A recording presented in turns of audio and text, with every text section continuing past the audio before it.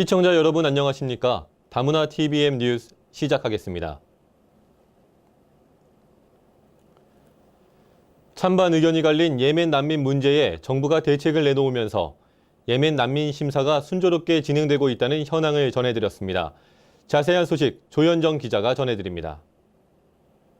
법무부가 지난 5일 제주도 예멘 난민 심사가 순조롭게 진행되고 있다고 밝혔습니다.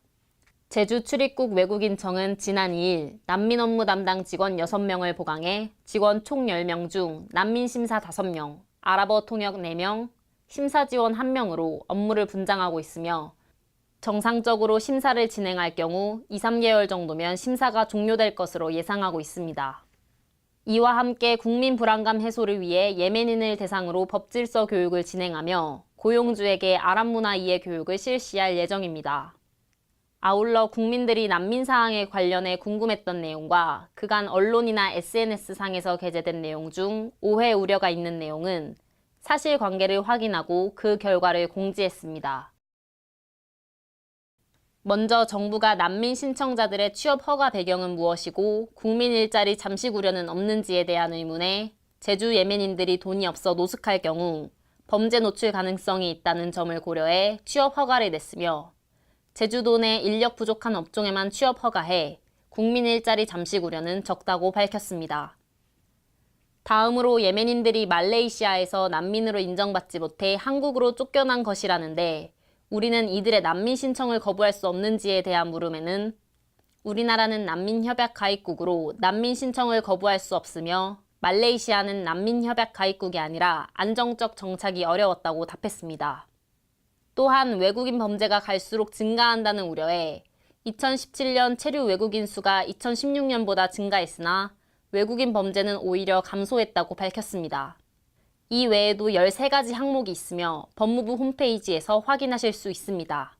예멘 난민 찬반 입장이 극명하게 갈리면서 국민 간 논쟁이 벌어지자 정부는 양측 입장을 고려해 예멘 난민과 안전하게 공존할 방법을 찾는 데 중점을 두고 있습니다. 난민과의 공존이 어떤 결과를 불러올지 귀추가 주목될 것으로 보입니다. 한편 다문화 TVM은 제주도 예멘 난민, 찬반 쟁점과 해결 방안을 주제로 한 특별기획 프로그램을 17일 밤 9시부터 방영할 예정입니다. 다문화 TVM 뉴스 조현정입니다. 10년 전 절대 도망가지 않는다고 썼다 국제적 비난을 샀던 광고 기억하실 텐데요.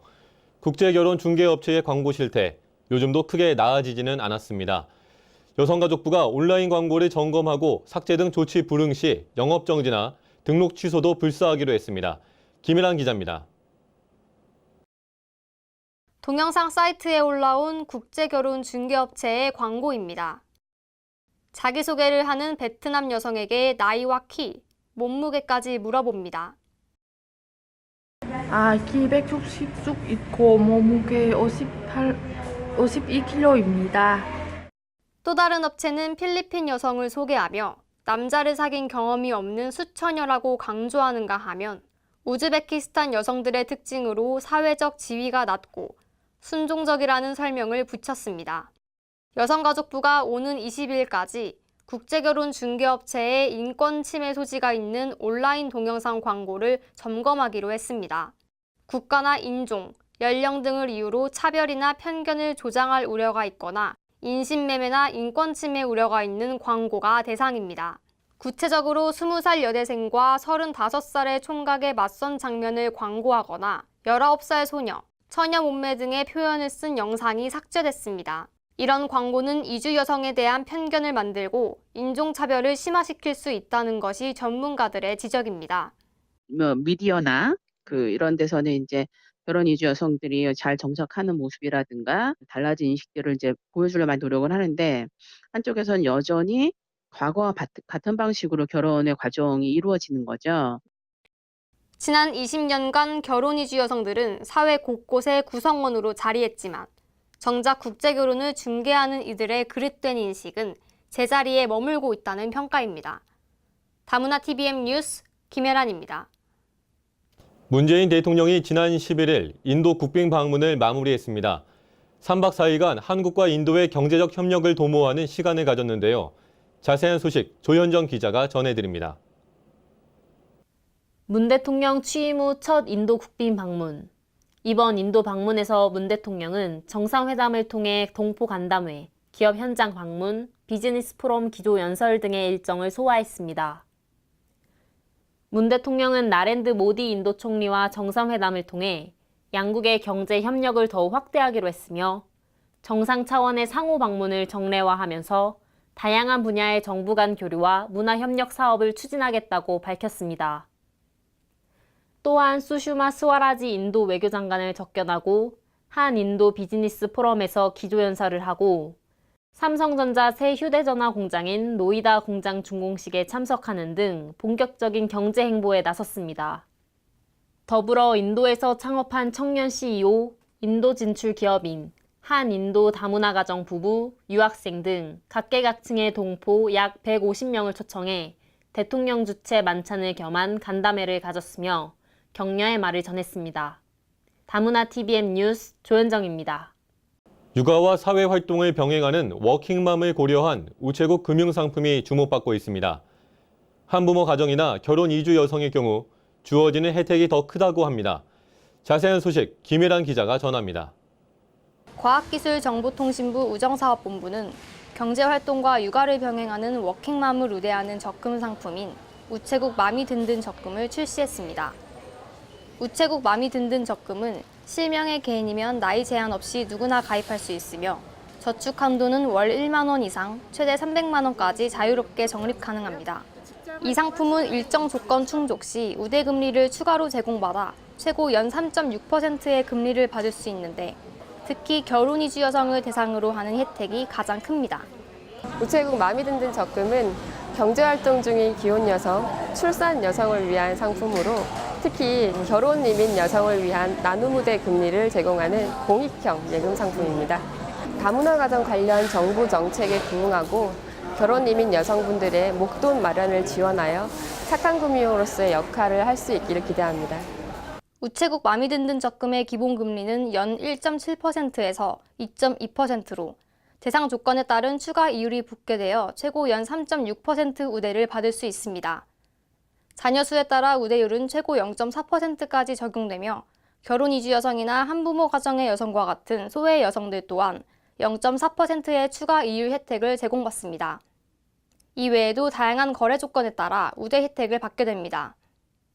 또한 이 적금에 가입하고 월 30만 원 이상 자동이체를 약정하면 우체국 쇼핑 할인 쿠폰을 받을 수 있습니다. 우정사업본부는 신상품 출시를 기념하여 경품 이벤트도 진행한다고 밝혔습니다. 우정사업본부가 출시한 금융상품을 통해 이주 여성을 포함한 워킹맘들의 경제적 자립을 돕고 금융 소외계층에 대한 지원이 활성화되기를 기대합니다. 다문화 TVM 뉴스 김혜란입니다. 유아 시필라 핀란드 총리, 프랑크 발터 슈타인마이어 독일 대통령, 안제이 두다 폴란드 대통령 등 이들의 공통점은 서울시 외국인 명예 시민이라는 점입니다. 서울시가 올해도 서울시 외국인 명예 시민 후보자를 추천받고 있습니다. 조현정 기자입니다. 서울시가 올해 서울시 외국인 명예시민을 선정하기 위해 오는 27일까지 후보자 추천을 받습니다. 시는 현재까지 외국인 797명을 명예시민으로 선정한 바 있습니다. 서울시 발전을 위해서 도움을 주신 분들을 기리기 위해서 서울시 명예시민 제도를 1958년부터 운영하고 있습니다. 서울에 살고 계시는 그 외국인 분들 중에서 자기 일을 열심히 하시면서 또 남는 시간을 쪼개서 봉사활동을 하시거나 아니면 우리 서울시 발전을 위해서 묵묵히 노력하시는 분이 많이 있습니다. 그래서 이런 분들을 저희가 많이 발굴해서 명예시민증을 드리고 공적을 좀 널리 홍보해서 너와 나의 서울, 다 같이 함께 사는 그런 글로벌 도시 서울을 만들었으면 하는 게 저희 바람입니다.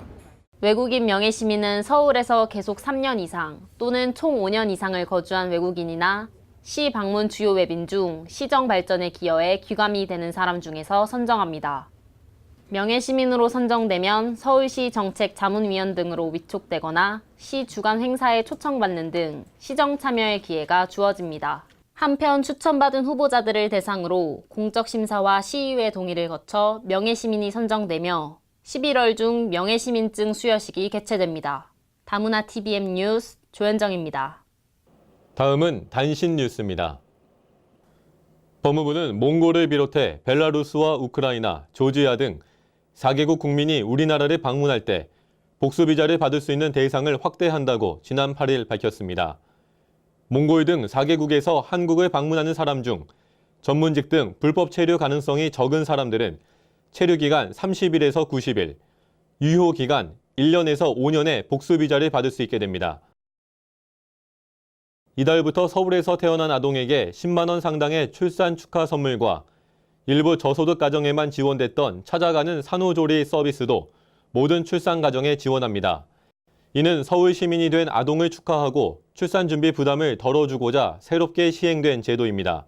출산 축하 선물 지원 제도는 아기 수유, 건강, 외출 세트 등 한 세트를 제공하고 찾아가는 산후조리 서비스는 산모와 신생아 지원, 식사 돌봄 및 집안 정리정돈 등의 서비스를 지원합니다.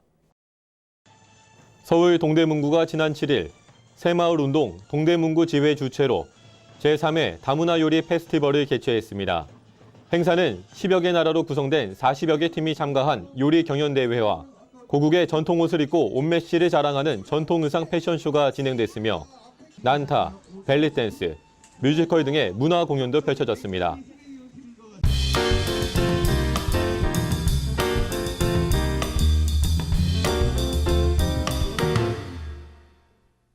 안녕하세요.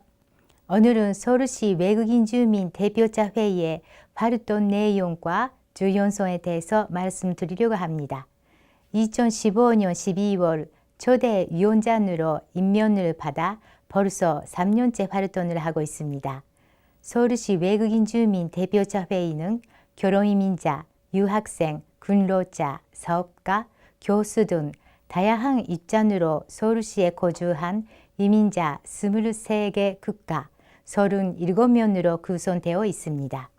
위원회는 인권문화 다양성 문화위원회, 생활환경 개선 문화위원회, 역량 강화 문화위원회 3개로 나눠져 있고 위원장, 부위원장 중심으로 각 문화위원장, 부위원장으로 기획위원회를 운영하고 있습니다.